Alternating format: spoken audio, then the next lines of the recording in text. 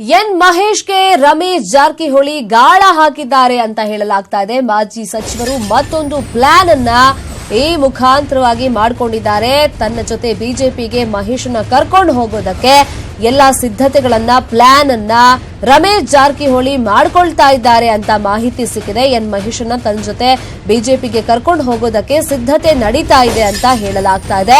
ಕಾಂಗ್ರೆಸ್ ಶಾಸಕರಷ್ಟೇ ಅಲ್ಲ, ಅದ್ರ ಜೊತೆಗೆ ಪಕ್ಷೇತರ ಶಾಸಕರಿಗೂ ಕೂಡ ಮಾಜಿ ಸಚಿವ ರಮೇಶ್ ಜಾರಕಿಹೊಳಿ ಗಾಳ ಹಾಕಿದ್ದಾರೆ ಅಂತ ಹೇಳಲಾಗ್ತಾ ಇದೆ. ಅದರಲ್ಲಿ ಪ್ರಮುಖರು ಆರ್ ಶಂಕರ್ ಹಾಗೇನೆ ಮಹೇಶ್ ಜೊತೆ ಸಂಪರ್ಕದಲ್ಲಿ ಇದ್ದಾರಂತೆ. ರಮೇಶ್ ಜಾರಕಿಹೊಳಿ ಅವರು ಬಿಜೆಪಿಗೆ ಬರುವಂತೆ ಎನ್ ಮಹೇಶ್ಗೆ ಕರೆ ಕೂಡ ಮಾಡಿದ್ದಾರೆ, ನಮ್ ಜೊತೆ ಬನ್ನಿ ಅಂತ ಹೇಳಿದ್ದಾರೆ ಅಂತ ಹೇಳಲಾಗ್ತಿದೆ. ನಿನಗೇನ್ ಬೇಕೋ ನಾನು ಅದನ್ನ ಕೊಡಿಸ್ತೀನಿ ಅಂತ ರಮೇಶ್ ಬಂಪರ್ ಆಫರ್ ಅನ್ನೇ ಮಹೇಶ್ ಅವ್ರಿಗೆ ಕೊಟ್ಟಿದ್ದಾರಂತೆ. ಕೊಳ್ಳೇಗಾಲ ಶಾಸಕರಿಗೆ ಈ ಬಂಪರ್ ಆಫರ್ ಹೋಗಿದೆ ಅಂತ ಹೇಳಲಾಗ್ತದೆ.